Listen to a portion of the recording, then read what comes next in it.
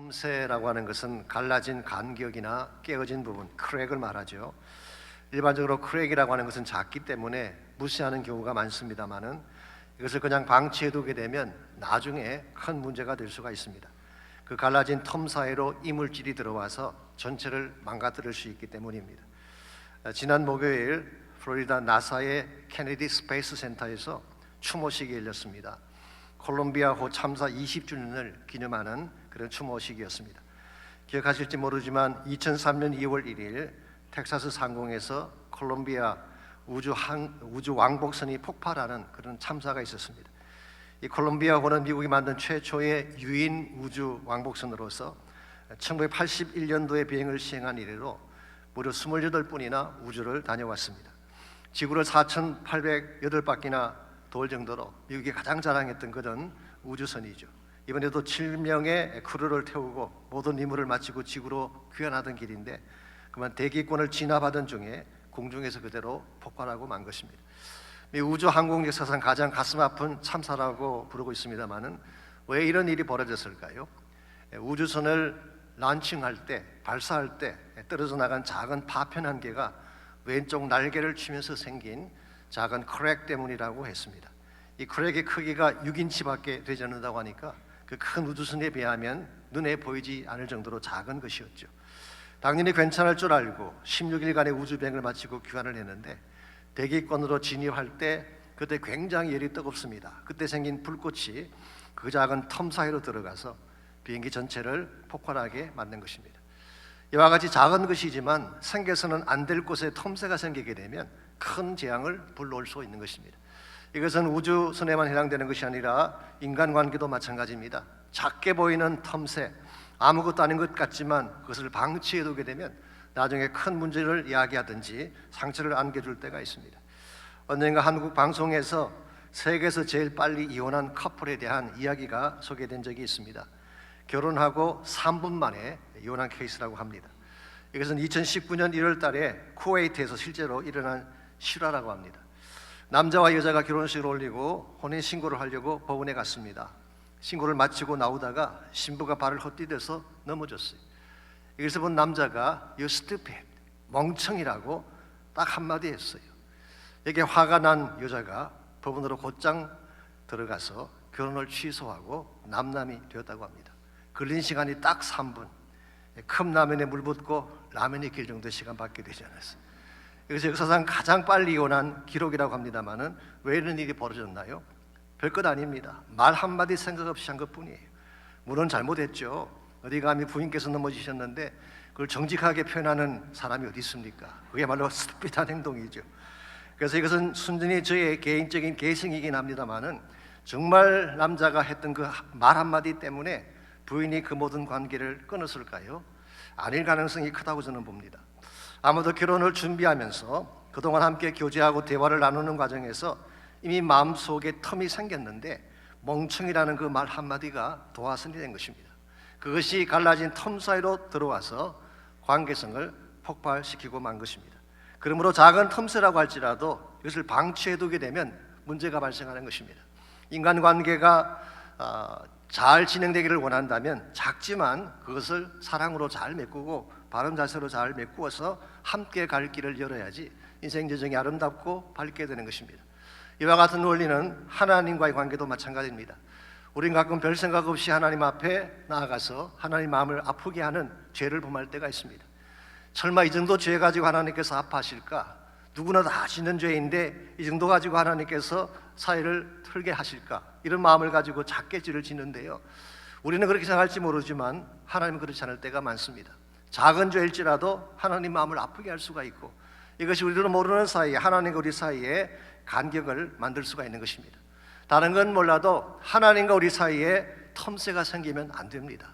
하나님은 절대적인 주권자이시고 우리의 생명의 주인이신데 하나님과의 관계에서 틈새가 생기면 우리 인생의 모든 것이 다 무너지고 깨어지게 되는 것입니다. 관계성이 깨질 뿐만 아니라 우리 마음속의 평안도 깨어지게 되고 기쁨도 상실하게 되고 마치 가시밭길을 걷는 것처럼 힘겹게 인생길을 살아가게 되는 것입니다. 이런 의미에서 오늘 아침 여러분과 제가 물어야 될 가장 중요한 질문이 이것입니다. 과연 하나님과 나의 관계는 건강하고 견고한가라는 질문입니다. 혹시라도 언제부턴가 하나님과의 관계가 멀어지고 소원해져서 하나님 중심의 삶을 떠난 자가 계신다면 빨리 하나님께로 돌아와야 됩니다. 우리가 어떻게 하면 갈라진 영적인 틈새를 막고 하나님과 바른 관계를 계속해 나아갈 수 있을지 오늘 주신 이 본문을 중심으로 그것을 함께 나눠보려고 합니다. 오늘같이 봉독한 본문에 보시면 하나님과의 관계성에 금이 갔기 때문에 두려움과 혼란 속에 빠졌던 이스라엘 백성의 모습이 기록이 되어 있습니다. 먼저 17절 말씀 보겠습니다. 이 사무엘이 자신의 고별 설교를 마치면서 백성들에게 선포한 말씀이죠. 17절입니다. 오늘은 밀베는 때가 아니냐?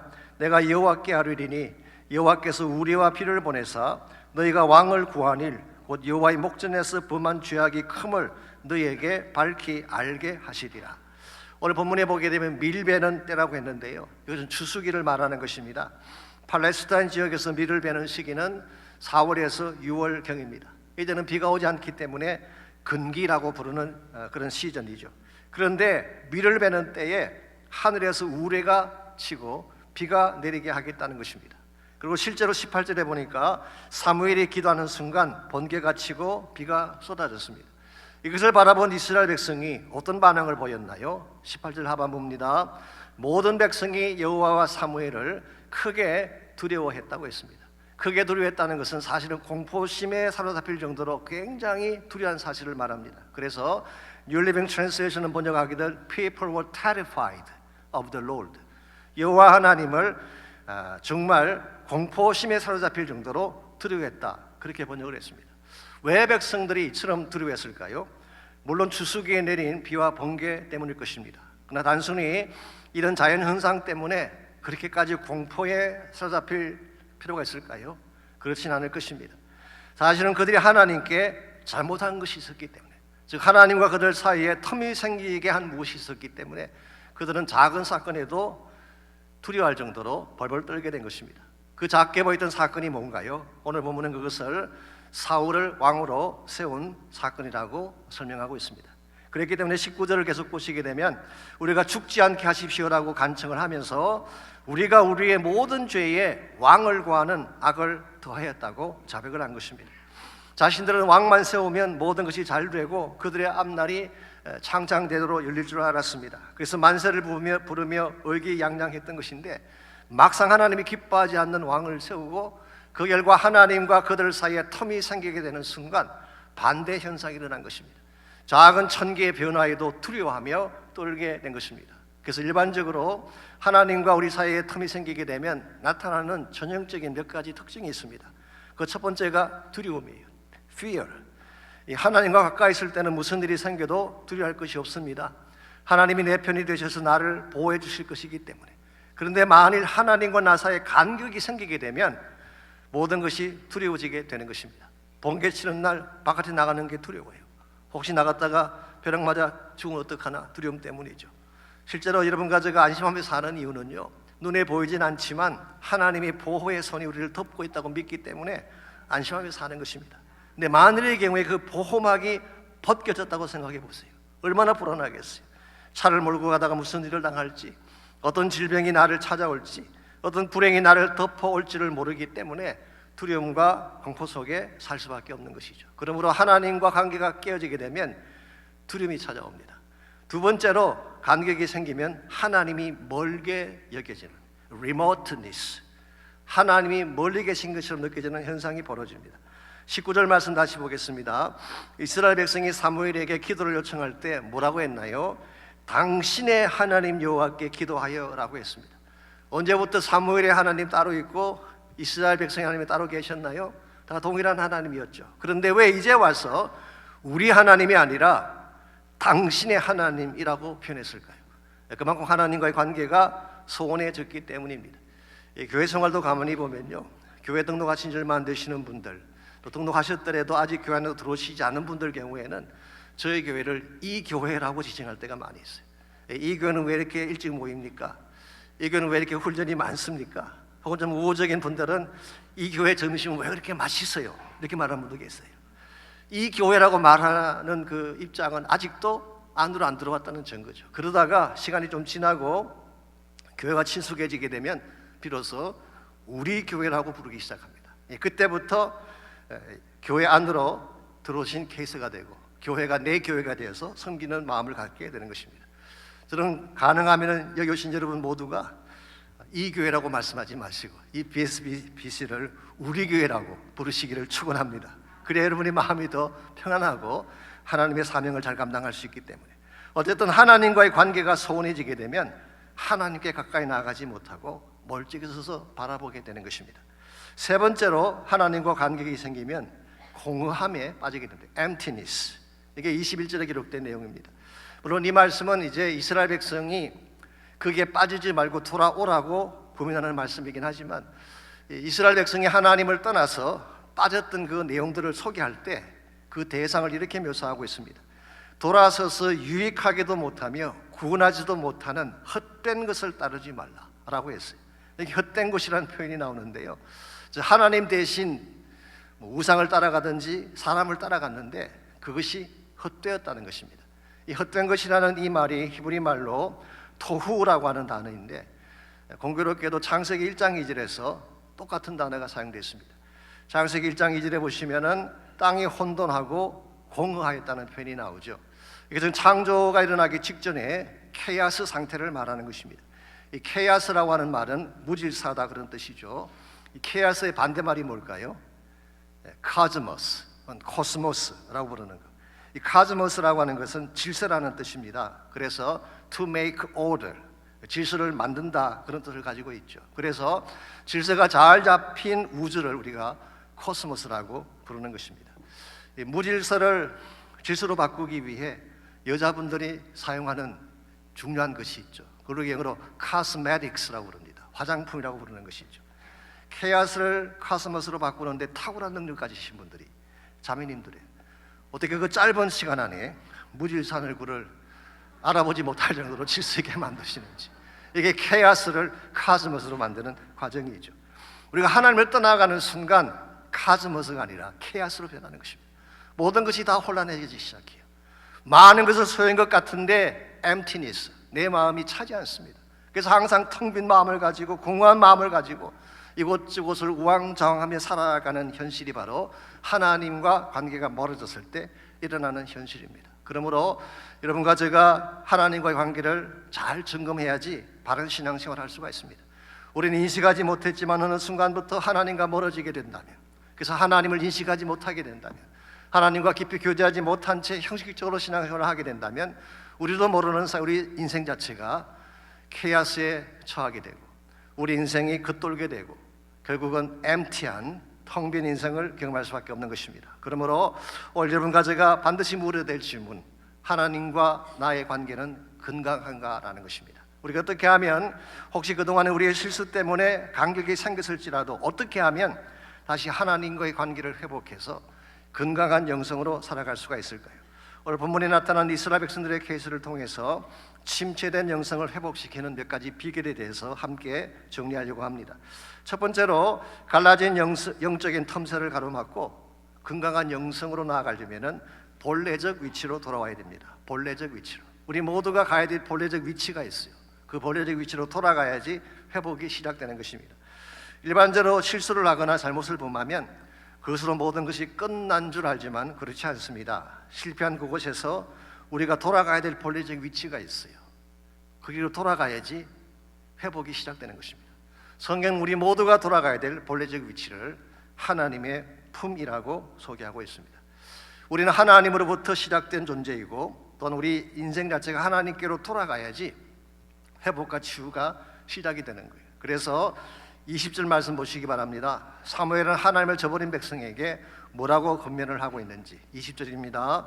사무엘이 백성에게 이르되 두려워하지 말라. 너희가 과연 이 모든 악을 행하였으나 여호와를 따르는 데에서 돌아서지 말고 오직 너희 마음을 다하여 여호와를 섬기라고 했습니다. 먼저 두려워하지 말라고 했죠. 그리고 말씀하기를 너희가 과연 이 모든 악을 행하였다고 했어요. 여러분, 사무엘은 그들이 죄가 없다 그렇게 말하고 있지 않습니다. 너희들이 완벽하다, 의롭다 그렇게 말하고 있지 않습니다. Okay, you made big mistakes. 너희들이 큰 실수한 건 내 알아. 그렇지만 두려워 말고 하나님을 떠나가면 안 된다라고 말하고 있습니다. 여러분, 죄를 지었다고 해서 멀리 도망가면 죄가 해결될까요? 아닙니다. 죄를 지었을지라도 하나님께로 돌아와야지 죄도 해결이 되고 새로운 관계가 시작되는 것입니다. 그래서 여호와를 따르는 데서 돌아서지 말고 오직 마음을 다하여 여호와를 섬기라. Do not turn away from the Lord. 여호와로부터 돌아서지 말고 but serve the Lord with your heart. 너희들의 마음을 다하여서 여호와를 섬기라고 말씀했습니다. 여러분이나 저나 실수를 많이 하죠. 잘못을 범하고 해서는 안 될 악을 행하기도 합니다.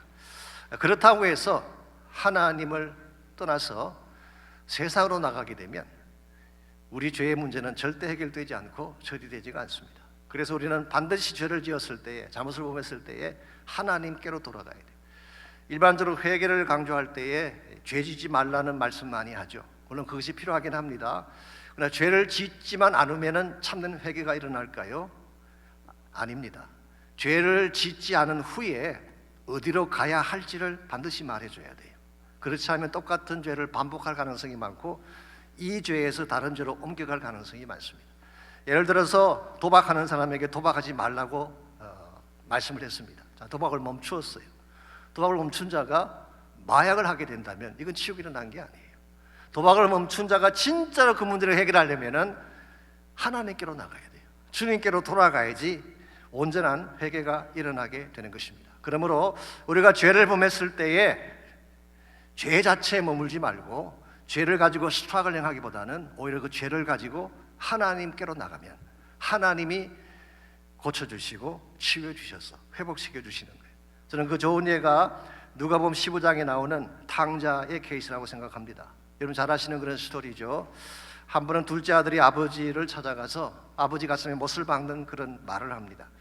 아버지가 부지지 살아 계시는데 자신의 유산을 달라고 했어요. 이거 자체가 불효죠. 그럼에도 재산을 주었더니 이 탕자가 어떻게 했습니까? 집을 나가버렸어요. 여러분 이 순간부터 탕자의 불행이 시작된 것입니다. 그런 아버지를 떠나가는 것이 자유와 독립의 길이라고 생각했는지 모르지만 사실은 그 순간부터 인생의 케이오스가 시작된 것입니다. 첫 번째로 영적으로 케이오스에 빠지게 됐어요. 하나님을 떠나서 이방인과 섞여 사니까 영적인 정체성을 잃어버리고 케이오스에 빠지게 된 것입니다. 두 번째로 도덕적인 케이오스에 빠지게 됐어요. 돈은 많았습니다. 근데 돈 가지고 뭘 했을까요? 흥청망청 서면서 악한 일에 사용을 했습니다. 그러다 보니까 도덕적으로 그는 무질서에 빠지게 됐어요. 세 번째로 물질적으로도 그는 결과적으로 케이오스에 빠지게 됩니다. 물질이라고 하는 것이 항상 내 곁에 있는 거 아니잖아요. 가지고 있으면 다 쓰면 끝나는 것입니다. 결국 탕자 가지고 나왔던 재산이 얼마인지 모르지만 가진 돈 다 날려버리고 나니까 거지가 되었어요. 굶주리게 됐어요. 결국 그런 인간의 디그니티, 존엄성마저도 상실한 채 돼지 우리에서 돼지가 먹는 열매를 구하는 그런 위치에 처하지 않았습니까? 유대인들이 가장 경멸하는 동물이 돼지인데요. 탕자의 비유를 보십시오. 돼지 우리에 들어가서 돼지가 먹는 쥐암 열매를 얻어먹고자 했지만 그것마저도 먹지 못했다고 했어요. 이와 같이 모든 면에서 다 상실하고 케이오스에 빠졌던 이 탕자가 살 길이 뭔가요? 살 길은 딱 하나밖에 없습니다. 부끄럽지만 면목은 없지만 다시 아버지 집으로 돌아가는 것입니다. 이 아버지 집이 탕자가 원래 있던 곳이고 다시 돌아가야 될 본래의 집이었어요. 이 탕자가 아버지의 집으로 돌아가는 순간 지금까지 케이오스로 살던 그의 인생이 카즈모스로 질서 있는 인생으로 변하게 됩니다. 잃어버렸던 신분을 회복하게 되지 않습니까? 잃었던 내 아들을 찾았다고 말했어요. 반지를 끼워줌으로써 상실했던 아들의 권세를 회복하게 됐습니다. 뿐만 아니라 더러운 넉마를 벗겨버리고 새로운 옷을 입혀주셨어요. 의의 영광된 옷을 갈아입은 것입니다. 그리고 잔치를 배설해서 풍족하게 많이 이렇게 누릴 수 있는 축복들을 안겨주게 되었어요. 이게 아버지께로 돌아갔을 때 일어날 수 있는 역사입니다. 여러분이나 저는 항상 죄를 지을 수 있고 실수할 수 있고 잘못된 길로 갈 수가 있습니다. 중요한 것은 내가 잘못을 범했을 때 돌아갈 곳이 있는가라는 질문이에요. 놀랍게도 많은 사람들이 특별히 세상에 살고 있는 많은 사람들 중에는 죄를 짓고 실패했을 때 돌아갈 곳을 갖지 못한 분들이 많이 계세요. 그래서 결국은 절망하게 되고 좌절하게 되고 잘못된 선택을 하는 경우를 볼 수가 있습니다. 돌아갈 곳이 없는 사람을 우리는 영적 고아라고 부릅니다. 그것만큼 아픈 현실이 없어요. 2012년도에 휴튼이 웨트니 휴스턴이라고 하는 유명한 가수가 자살하는 그런 사건이 있었습니다. 아시죠? 웨트니 휴스턴. 아시는 분은 아실 거예요. 이분이 1990년대 미국의 그 팝 가수를 대표했던 가수요 배우였습니다. 제가 자료를 봤더니 그분이 가지던 앨범이 8,600만 카피가 팔렸대요. 천문학적인 숫자이죠. 엄청난 돈을 벌고 명예를 가졌던 그런 분인데 이분이 2012년도에 목욕탕에서 시신으로 발견이 됐습니다. 엄청난 양의 코케인이 그녀 몸에서 발견됐다고 합니다. 그랬는데 3년 뒤에 그의 딸인 바비 크리스티나가 수많은 마약을 복용한 채 똑같은 모습으로 발견이 됐어요. 마약을 복용하고 목욕탕에서 죽은 모습으로 발견이 된 것입니다. 자, 왜 그랬을까요? 문제가 많아서, 인생의 아픔이 많아서. 만약 그것 때문에 죽어야 한다면 다 죽어야 되겠죠. 우리 가운데 문제가 없는 사람이 어디 있나요? 아픔이 없는 사람이 어디 있나요? 그러므로 진짜 문제는 돌아갈 곳이 없었다는 것입니다. 내가 잘못하고 실패했을 때에, 내가 인생의 처참한 지경에 처했을 때에 돌아가야 될 곳이 있어야 되는데, 자기를 사랑했던 엄마는 세상을 떠났고 육신의 아빠는 단절된 관계에 있고 어느 누구 한 사람 자신의 아픔을 받아주는 자가 없었을 때 그녀가 택할 수 있는 길은 하나밖에 없었어요. 극단적인 선택을 한 것입니다. 그러므로 누구나 실수할 수 있고 실패할 수 있지만 돌아갈 곳이 있어야 돼요. 그 돌아갈 곳이 바로 아버지의 집, 하나님의 품입니다. 혹시 여러분 가운데에 정말 이 인생 지정 가운데서 본의 아니게 힘들어하고 어려워하고 모든 것들이 다 케이스를 보면서 내가 아무리 애쓰고 노력해도 나의 힘으로 극복하지 못할 삶의 어려운 정황 가운데 빠진 분이 혹시 계신다면 이 아침 주님께로 돌아오시기 바랍니다. 주의 품으로 돌아오게 되면 주님이 이런 모든 것들을 회복시켜 주시고 새롭게 만들어셔서 다시 시작하게 만들어 주시는 것입니다. 이런 면에서 하나님을 떠나갔던 우리 인생이 회복을 이루려면 1차적으로는 우리의 본래의 위치 하나님께로 돌아와야 하는 것입니다. 두 번째로 우리가 건강한 영생을 회복하려면 하나님의 신실한 사랑을 믿어야 됩니다. 하나님의 신실한 사랑. 22절입니다. 여호와께서는 너희를 자기 백성으로 삼으신 것을 기뻐하셨으므로 여호와께서는 그의 크신 이름을 위해서라도 자기 백성을 버리지 아니하실 것이라고 했습니다. 자, 이스라엘 백성은 어그러진 길로 갔습니다. 그럼에도 불구하고 하나님은 말씀하시기를 내가 너희들을 나의 백성 삼은 것을 후회하지 않는데요. 기뻐하신다는 것입니다. 뿐만 아니라 자신의 이름을 걸고서라도 그들을 버리지 않겠다라고 말씀했습니다. 이걸 보게 되면 변한 것은 이스라엘 백성이었지 하나님이 아니었어요. 하나님은 언제나 그곳에 계셨어요. 언제나 그들을 사랑하셨어요. 하나님의 언약은 결코 변치 않았어요. 그들이 하나님을 떠나간 것뿐이었어요. 그러므로 우리가 하나님과 간격이 생겼을 때에 비록 내가 하나님을 떠나왔을지라도 하나님과 간격이 생겼을지라도 여전히 나를 사랑하시고 신실하게 나를 받아주실 하나님께로 나아가야지 회복과 치유가 시작이 되는 것입니다. 여러분, 사탄은요 우리가 조금 실수하면 그 틈새를 파고 들어와서 하나님과 우리 사이를 갈라놓으려고 합니다. 가끔 그런 마음을 가질 때가 있나요? 나 같은 것이 무슨 교회를 다니느냐고, 나 같은 것이 무슨 하나님의 일을 하느냐고, 하나님 널 버렸어, 넌 염치도 없니? 어떻게 그렇게 하면서 교회를 다니니? 이런 음성 듣거나 여러분 마음속에 등장할 때가 혹시 없었나요? 혹시 있다면 절대 그 음성 듣지 마십시오. 그건 성령께서 주시는 음성이 아니에요. 성령은 절대 그렇게 말씀하시지 않습니다. 성령은 위로자예요. encourage, comfort예요. 우리가 잘못했을지라도 안아주시고 회복시켜 주시는 분이 성령이에요. 그러므로 나의 잘못을 지적하고 너 같은 것이 너는 끝장났어라고 말하는 것은 사탄의 음성입니다. 하나님과 우리 사이를 갈라놓아서 다시는 하나님께로 나오지 못하도록 하는 악한 음성, 여기에 속으면 안 되는 것입니다. 하나님, 여러분이 잘났을 때나 못났을 때나 성공했을 때나 실패했을 때나 똑같이 여러분을 사랑하십니다. 내가 잘났을 때만 사랑하시는 거 아니에요. 내가 반듯하게 잘 살 때만 사랑하시는 것이 아니라 못나고 누추하고 비참한 현실로 돌아갔을지라도 여전히 하나님 우리를 사랑하세요. 또 그렇다고 해서 마음대로 살아도 된다, 그런 뜻은 아닙니다. 하나님은 우리가 죄를 지으면요 사랑하시지만 죄를 지으면 아파하세요. 그래서 우리가 하나님의 뜻대로 살고 순종하게 살면 우리를 기쁜 마음으로 사랑하시지만 우리가 하나님을 떠나가서 죄짓고 범죄하고 불순종하게 되면 하나님은 울면서 사랑하세요. 사랑에는 변함이 없어요. 사랑에는 변함이 없어요. 그 좋은 예가 호세아서에 나타나 있습니다.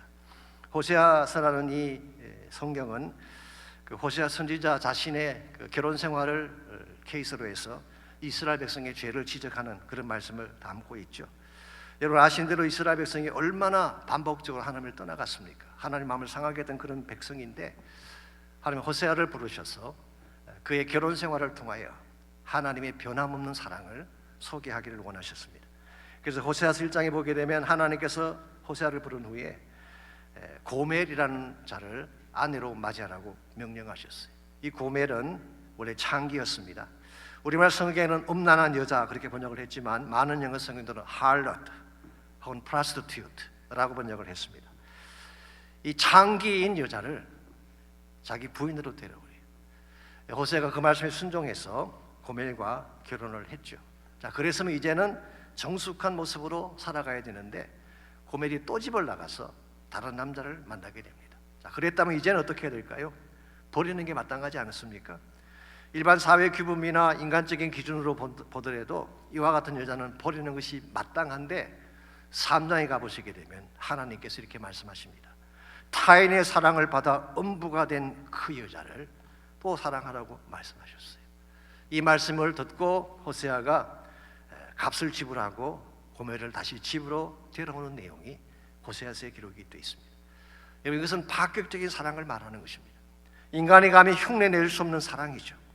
얄팍한 계산으로 사랑을 외치는 사람들을 향해 You shut up. 정말 사랑을 말하려면 이 정도는 해야 돼 라고 말씀하신 것 같습니다. 바로 이와 같은 것이 하나님이 이스라엘 백성을 향한 사랑이었다는 것입니다. 그래서 호세아 6장 1절에서 3절까지를 보면 다음과 같은 말씀이 기록되어 있습니다. 먼저 1절과 2절입니다. 오라 우리가 여호와께로 돌아가자. 여호와께서 우리를 찌르셨으나 도로 낫게 하실 것이요 우리를 치셨으나 싸매어 주실 것입니다. 여호와께서 이틀 후에 우리를 살리시며 셋째 날에 우리를 일으키시리니 우리가 그의 앞에서 살리라라고 했어요. 쉽게 말하면 치유와 회복에 초청을 적은 것입니다. 그런데 이와 같이 이스라엘 백성을 치유로 초청한 근거가 있습니다. 그 근거가 3절에 소개가 되어 있어요. 3절입니다. 그러므로 우리가 여호와를 알자. 힘써 여호와를 알자. 그의 나타나심은 새벽빛같이 어김이 없나니 비와 같이 땅을 적시는 늦은 비와 같이 우리에게 임하시리라. 여기 하나님의 변치 않는 신실한 사랑을 소개하고 있습니다. 그들이 아무리 죄를 범했을지라도 수십 번 하나님을 떠나갔을지라도 다시 오라고 초청할 수 있는 베이시스가 뭐냐? 너희들이 어디까지 갔을지라도 내 사랑은 변치 않았다고 하는 하나님 사랑의 신실성이 그 근거가 된 것입니다. 그래서 오늘 본문은 새벽빛같이 의미 없다는 표현을 썼어요. 새벽빛같이. 여러분 아무리 밤이 깊어도 새벽이 되면 반드시 태양빛이 찾아오지 않습니까? 혹시 이걸 의심하는 분이 계신가요? 어젯밤 주무시면서 과연 내일 새벽에 태양이 뜰까 의심하며 주무신 분이 혹시 계신가요? 한 분도 안 계실 것입니다. 반드시 태양은 뜨는 거예요. 하나님 사랑이 이와 같은 것입니다. 정말 새벽빛같이 어김없이 반드시 새벽이 찾아오는 것처럼 하나님의 사랑도 동일하다. 너희들이 어디까지 내려갔을지라도 동일하게 그들을 사랑하심을 말씀해 주신 것입니다. 그러므로 여러분과 저의 삶 가운데 혹시라도 하나님 앞에 죄를 범했든지 하나님을 떠나갔던 분이 혹시 계신다면 나 같은 자가 무슨 자격으로 하나님 뵐 수 있을까라는 자격심에 빠지지 마십시오. 하나님은 여러분이 어디까지 갔을지라도 still 사랑하고 계십니다. 이것이 바로 십자가를 주신 이유이죠. 십자가는 눈물입니다. 십자가는 고통이고 아픔이죠. 그러나 아파하면서도 우시면서도 우리를 사랑하시는 하나님을 가장 잘 보여준 사건이 바로 십자가 사건이었어요. 하나님은 지금도 여러분을 기다리고 계시고 초청하고 계십니다. 여러분이 주께로 돌아가기만 하면 내가 어떤 죄를 지었을지라도 치유해 주시고 회복해 주시는 하나님, 이 하나님 꼭 만나시기를 바랍니다. 마지막 세 번째로 우리가 갈라진 영적 틈새를 막고 건강한 영성을 회복하려면 영적인 재충전을 받아야 됩니다. 우리가 본래 위치인 하나님께 돌아가는 것 참 중요하죠. 그리고 그분의 신실한 사랑을 믿는 것도 중요한데요. 그러나 이와 같은 회복이 하루아침에 갑자기 다 이루어질까요? 그렇진 않습니다. It takes time. 시간이 많이 필요해요. 내가 주께로 돌아왔지만 내가 정말 하나님과의 깊은 관계 속으로 다시 들어가려면은 많은 시간이 필요해요. 시간만 필요한 것이 아니라 우리가 계속 성장해서 거룩하게 되어져 가야 될 어떠한 원천이 필요한 것입니다. 채널이 필요한 것입니다. 그게 뭘까요? 오늘 보면 23절을 보시게 되면요, 이와 같이 이스라엘 백성이 다시 하나님께로 돌아가서 하나님을 잘 섬기는 백성이 되게 하기 위하여 사무엘이 준비했던 두 가지 사역이 23절에 소개가 되어 있습니다. 이게 바로 영적으로 우리를 새롭게 만드는 두 가지 채널이라고 부를 수가 있겠죠. 자, 23절입니다. 나는 너희를 위하여 기도하기를 쉬는 죄를 여호와 앞에 결단코 범하지 아니하고 선하고 의로운 길을 너에게 가르칠 것이라고 했어요. 여기서 사무엘은 첫 번째로 기도하겠다라고 말하고 있습니다. 그것도 쉬지 않고 기도하겠다는 거예요. 특이할 사실이 있죠. 사무엘은 기도 쉬는 것을 죄라고 인식하고 있습니다. 참 이게 놀라운 것입니다. 솔직히 우리는 기도 안 하는 것이 당연하고 어쩌다 한번 기도 자리에 나가면 그걸 가문의 영광으로 삼는 경향이 있잖아. 진짜로 중요한 결단한 것처럼 생각하는데요, 사무엘은 뭐라고 했나요? 기도를 쉬는 것을 죄라고 인식하고 있습니다. 이게 대단한 영성이 아닐 수가 없죠. 실제로 사무엘은 평생 이스라엘을 위해서 기도했습니다.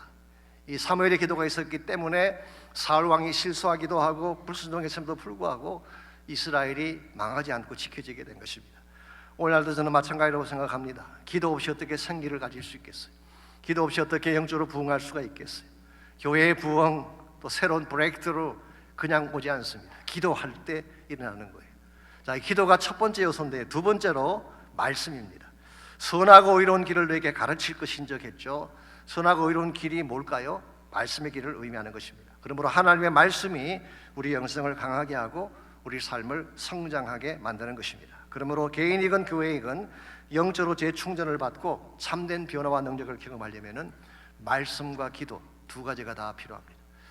이렇게 말씀드리면 제가 스스로 자화자찬하는 것 같아서 좀 미안하긴 합니다만은, 제가 저희 교회에 대해서 한 가지 감사하는 것이 있습니다. 그것이 뭐냐고 하면 말씀과 기도 이 둘이 함께 간다는 사실이에요. 아직 좀 원래 저희 교단은 굉장히 보수적인 말씀 중심의 교단입니다. 교회당을 건축할 때 교육관을 먼저 짓고 그 다음에 여유가 있으면 예배당을 짓는다고 할 정도로 말씀을 강조하는 그런 교단이죠. 그래서 미국 내에서 아직도 하나님 말씀이 1.1획도 틀림이 없다고 하는 이 성경의 inerrancy, 성경의 무성을 믿는 몇 안 되는 교단 중에 하나가 저희 교회가 소속되어 있는 교단입니다.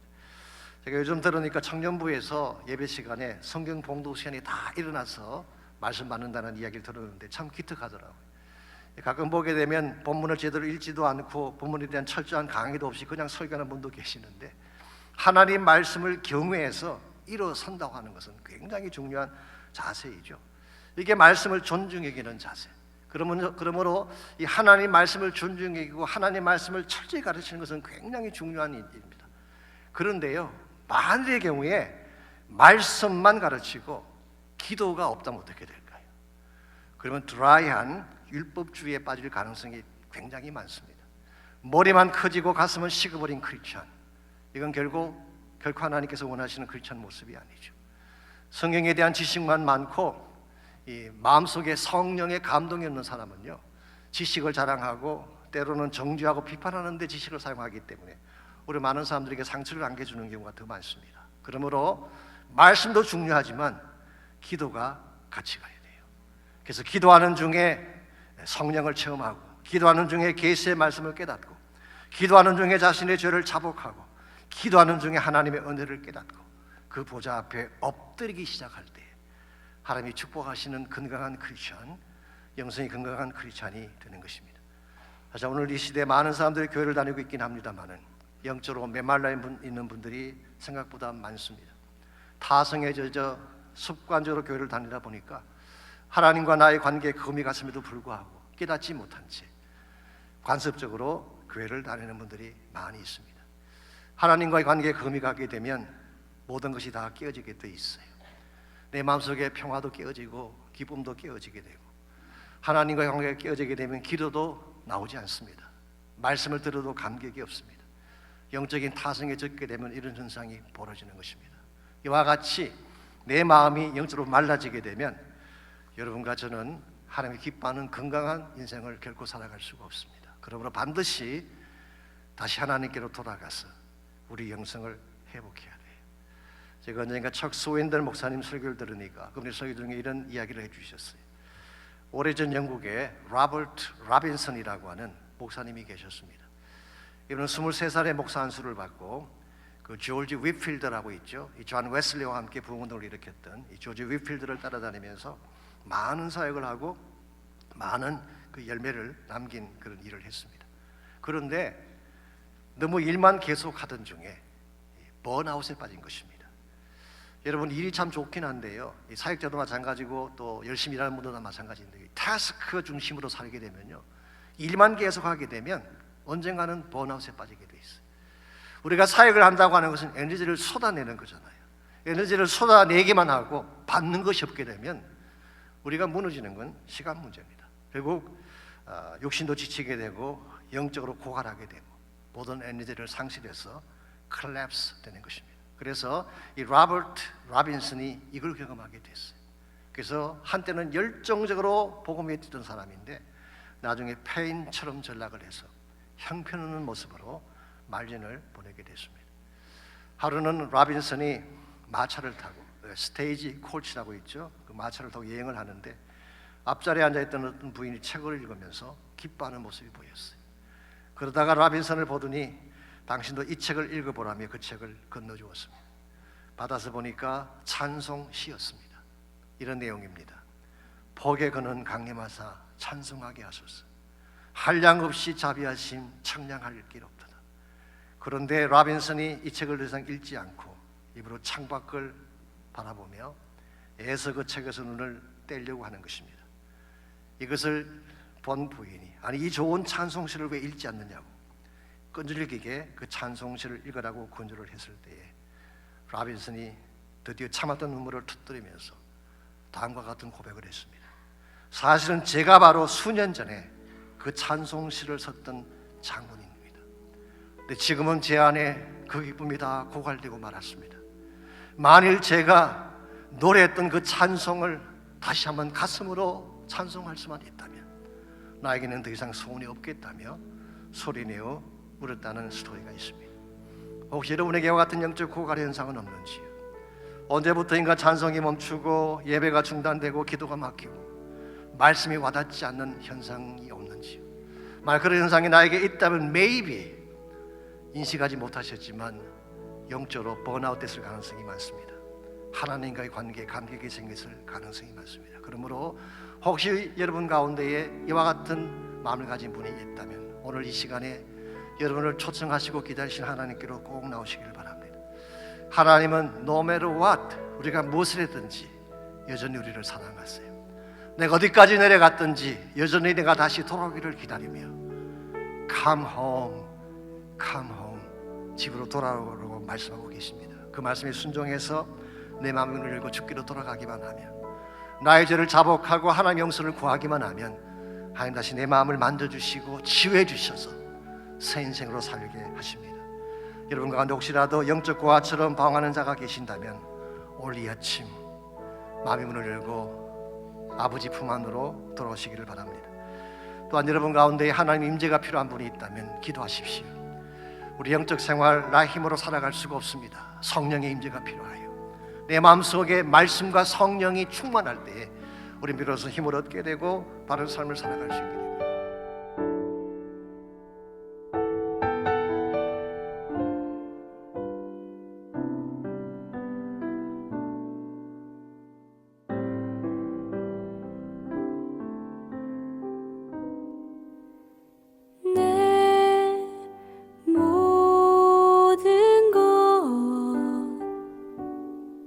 나의 생명까지 다 주님 앞에 드립니다.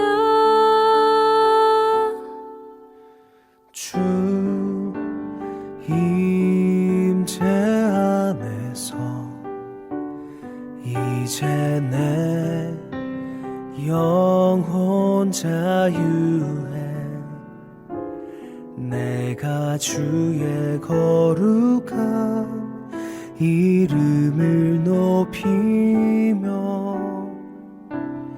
예배하리.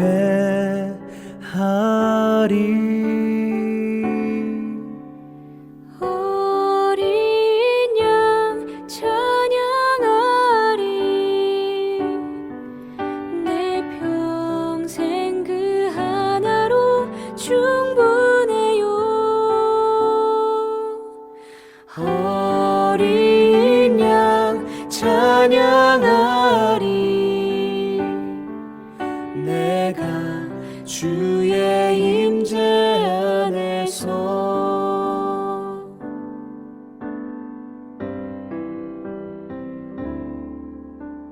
내 모든 것 나의 생명까지 다 주님 앞에 드립니다. 주 임재 안에서 이제 내 영혼 자유해.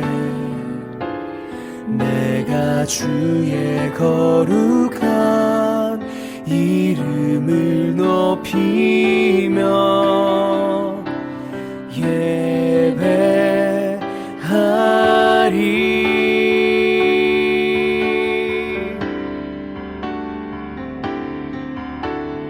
어린 양 찬양하리. 내 평생 그 하나로 충분해요. 어린 양 찬양하리. 내가 주의 임재 안에서 어린 양 찬양하리.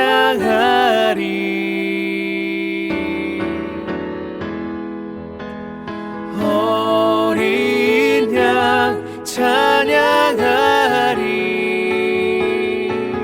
내 평생 그 하나로 충분해요. 어린 양 찬양하리.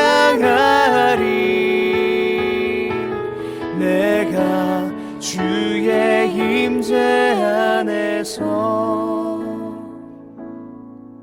내가 주의 임재